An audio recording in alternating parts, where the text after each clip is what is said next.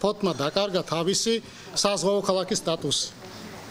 და ეს არის მთავარი. ჩვენ დავკარგეთ სამგზავრო მიმოსვლის ნავმისადგომი, ეგრეთ წოდებული საზღვაო ვокზალი, მორვაგზალს უზახოდით ჩვენ ყველა მთელი ახალგაზრდობა, მთელი ინტელიგენცია, მთელი სტუმრები თუ ვინმე ჩამოდიოდა ქალაქში, ყველა მოდიოდა მანდ, რომ მარტო საპორტო ქალაქი, მარტო კონტეინერის მიღება და ტვირთის გადამუშავება ეს არ არის.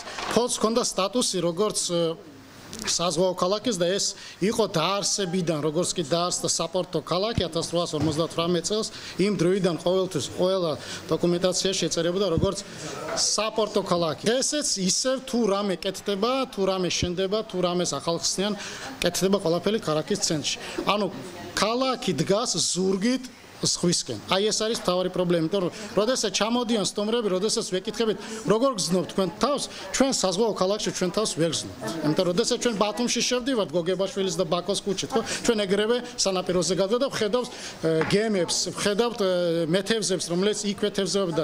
შეგვიძლია მიმოსვლა გავაკეთოთ ტრაბზონისგენ მაგალითად, თუნდაც ბათუმისგენ, დიდი სიამოვნებით ბათუმში ჩავალ საზღვაო მიმართულებით.